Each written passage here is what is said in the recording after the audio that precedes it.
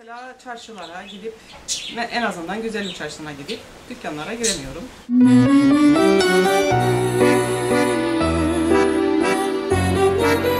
Çünkü onlarda da basamak vardır. Beni oraya eşimin götürmesi gerek. Arabamız rampalı olduğu için ama herkesin de bu imkanı yoktur. Ancak onunla gidebiliyorum. Çünkü vasıta yoktur. Yani başka bir araç yok, otobüs veya başka bir şey. Olmadığı için ancak eşimin arabasıyla gidebiliyorum bir işim olduğunda. Ama dükkanlara veya başka bir yere, hastanelere, her yerde zorluk çekiyoruz. Tuvaletler açısından, giriş açısından. Bir sorunumuz olduğunda mesela devlet dairelerine hiçbir zaman biz kendimiz gidemiyoruz.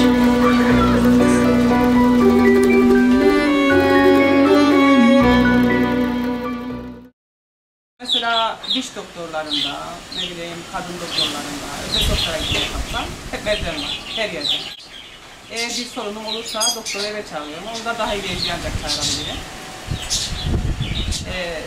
Başka bir doktora gideceğimde, eğer merdiven varsa, eşim beni diğer sandalyeyle çekerek, zorluklarla, birkaç tane basamaksa eğer, çekerek beni yukarıya çıkarıyor. Tabii çok zor oluyor. İşte böyle engellerle karşılaştıkça bizim de moralimiz bozuluyor. Her yerde engel var. En önemlisi Lefkoşa Devlet Hastanesi'nde.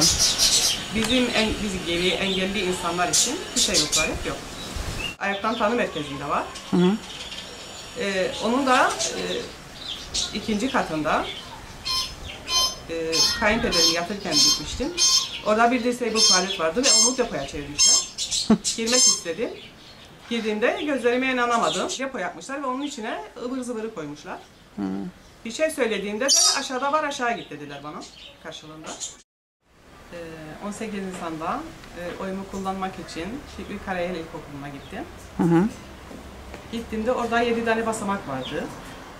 Eşimle oğlum yukarıya çıkıp benim oy kullanmak istediğimi söylediklerinde yapacak bir şeyimiz yoktu dediler. Ve ben oyumu kullanmadan apar topar geriye döndüm. Sonra yapılan bazı eylemler neticesinde bu seçimde rampalı yerden çıkıp oyumu kullanabildim. Aşağıdaki odaya aldıkları için bir sorun olmadı. Rahat rahat oyumu kullandım. Onun için çok mutluyum.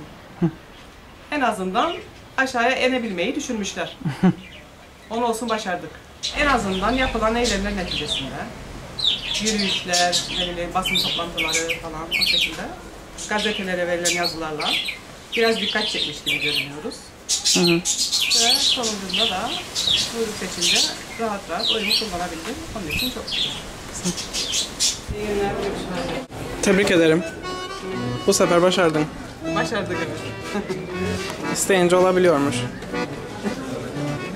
İsteyince oluyor. Harika oldu.